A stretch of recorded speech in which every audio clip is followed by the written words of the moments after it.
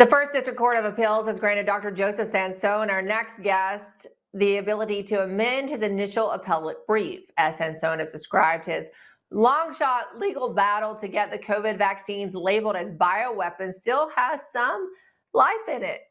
This is all part of Dr. Sansone's ongoing efforts to get the COVID jabs labeled, as we said, as a bioweapon, which some counties in Florida, such as Lee County in Southwest Florida, have already done.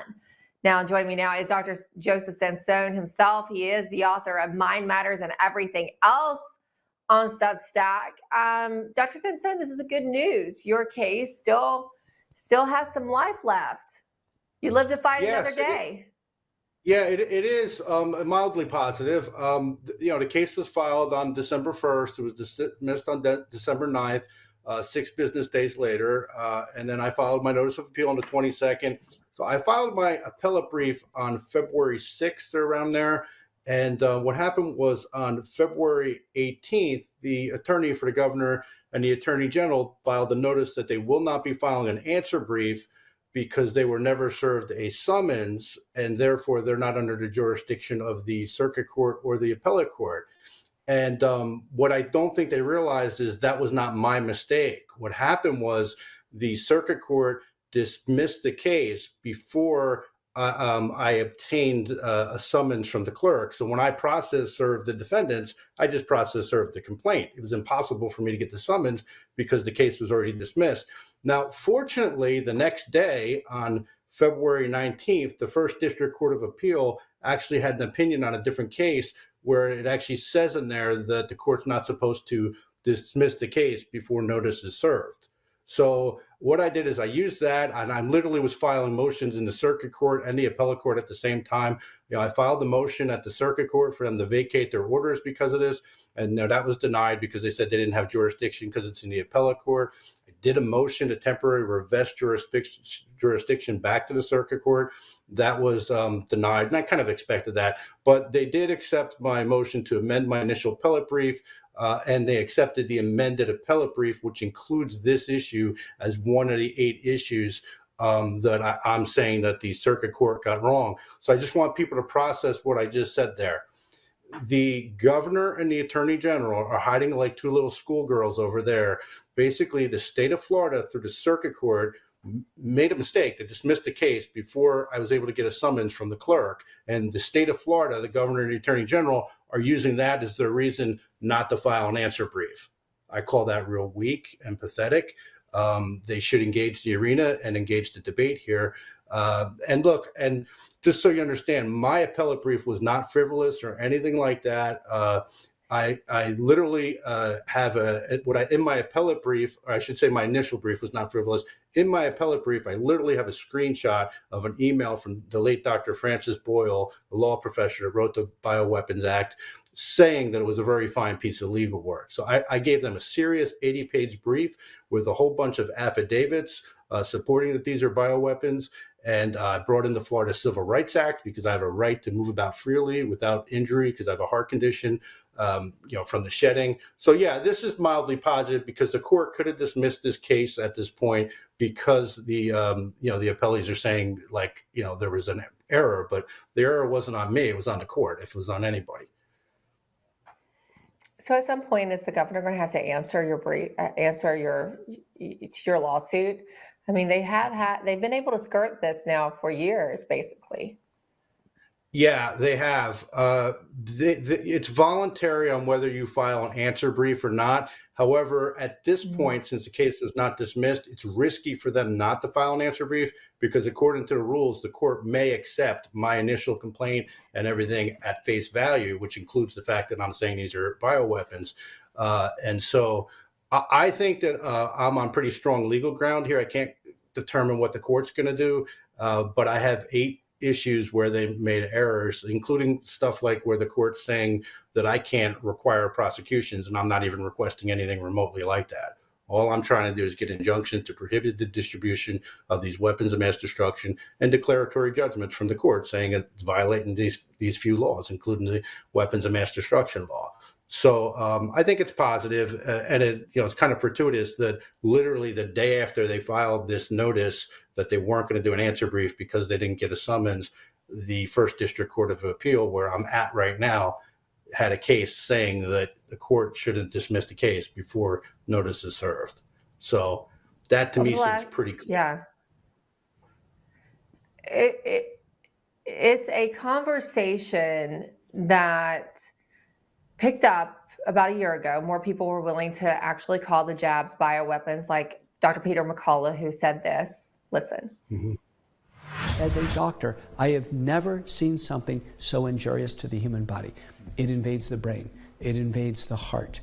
It causes brain and heart damage. It invades the bone marrow. It stimulates antibodies to actually start to attack our own platelets and our other cells in our body.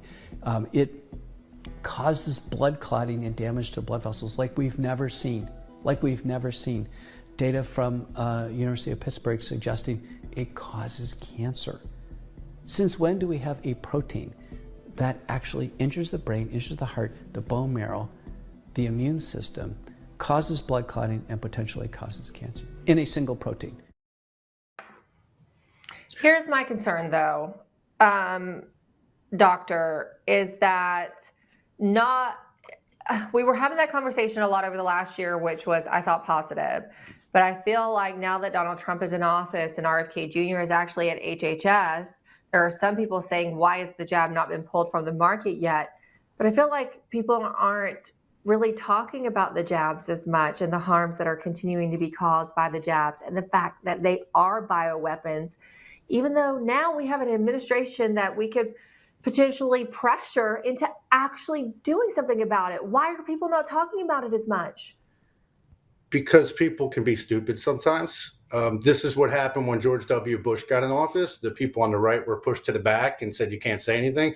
I'm not going to the back of the bus. I'm going to continue pushing this issue because, in order to be America first, you cannot allow biological and technological weapons of mass destruction to target Americans.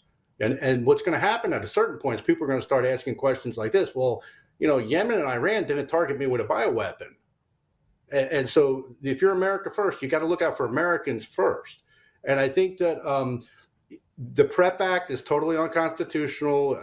I've read it. It's ridiculous. The Supreme Court, I think if it ever gets there, will get thrown out. But under that pathetic piece of legislation, RFK Jr. has the power to stop the COVID emergency and pull the shots immediately, in the same way that a president can kick out a prior president's executive orders. So there's no reason that these weapons of mass destruction are still on the market in the United States. It's not acceptable. And in a case here in Florida with Governor DeSantis, at some point he's going to answer. At some point, here's the reality, Emerald. Most of the people you know, and most of the people you're watching right now, most of the people you know are going to have shortened lifespans because they took these shots. You give someone a chronic illness, they're not going to live as long, all things being equal. So they're shortening lifespans, and then they're reducing birth rates. So this is a broad depopulation campaign. And these psychopaths think that that's probably a humane way to do it. But I understand what you're saying. It's not getting the attention it was before because now we're not supposed to complain. Our team's in charge. But no, you know what? Even with the JFK files that came out, I just saw something like 20% of that didn't come out. It's like, no, you push harder when your people are in there because you actually got a chance of getting something done. You have a chance. And so with saying that, you signed on to a letter to President Trump, a virtual letter with multiple other fellow doctors. Tell us about that. Well, I think it goes with that same theme. The president is the president of the United States. If we're being targeted with weapons of mass destruction, it's his job to stop it. You cannot be America first and look the other way while Americans are being targeted with bioweapons. That just doesn't float. At some point, it's gonna get ugly. I don't know when, but at some point, what's going to happen is when people realize what has been done to them and what has been done to their family members and the people they know and love, it's going to get ugly. People are going to get really angry. It's going to be like, in a way, it might end up like the French Revolution at some point in the future because most of the planet has been poisoned. Now, I'm not trying to frighten people. It doesn't mean you're going to die tomorrow or something like that. But, if you shave 5 years off of someone's life or 10 years off of someone's life, you know what? That matters. And so that letter is about keeping President Trump honest to this issue. He did Operation Warp Speed. Now, we know it existed before he was in office, but he did that. He needs to fix it. I don't think he can just pretend it didn't happen. Yeah, and he's just not being asked about it. I've noticed he's not being asked about it at all. It's like it's just been disappeared. And I'm so glad that you're keeping up the fight, Dr. Sansone. And I know that at some point he will be asked. Well, you know what? By, He needs to do an interview. You know what? He needs to do he needs to do an interview with Emma Robinson. I got a feeling he'll be asked about it. See, we don't have real journalists anymore. I think there's a reason he doesn't.